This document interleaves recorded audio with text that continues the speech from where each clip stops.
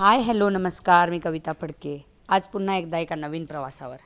आज आपण निघालो आहोत बेळगावपासून 7 किलोमीटरवर असलेल्या काकती या गावाला आणि काकतीपासून अवघ्या 3 किलोमीटर अंतरावर असलेल्या रेवण सिद्ध स्वामींच्या मठाला. या मठाला जाण्याची वाट आपण बघू शकताय. माझ्याबरोबर आहेत माझ्या टीचर. आम्ही दोघी मिळून हा प्रवास करत आहोत.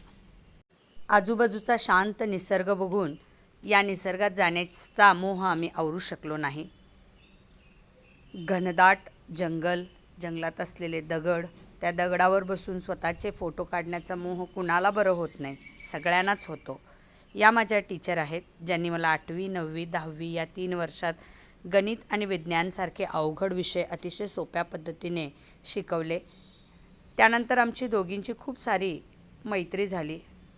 आयुष्याच्या या पटलावर अनेक माणसं येतात आणि ती आपलीशीच होऊन जातात. तशाच माझ्या या टीचर.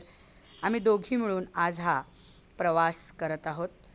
कायम ॲडव्हेंचर करण्याची माझी इच्छा असते, म्हणून जंगलात ठेवलेल्या दगडांवरून वर निसर्गात गेलं की मनावरचा ताण निघून जातो आणि तिथल्या घटकांशी आपण एकरूप होतो आणि त्या सगळ्या गोष्टींचा आनंद लुटत राहतो.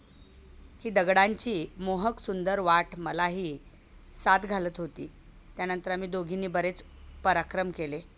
वयाला विसरून माझ्याबरोबर लहान झालेल्या माझ्या टीचर बघून मला खूप आनंद झाला.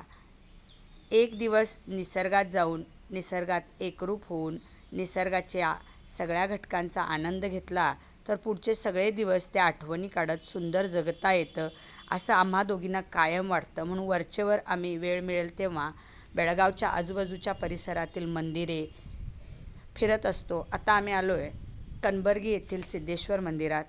इथला तर परिसर अतिशय लुभावना आहे, मनमोहक आहे, मनावरचा ताण घालवणारा आहे. अशा या मंदिरांना आम्ही भेट दिली आणि एक दिवस निसर्गात मजेत घालवला. धन्यवाद.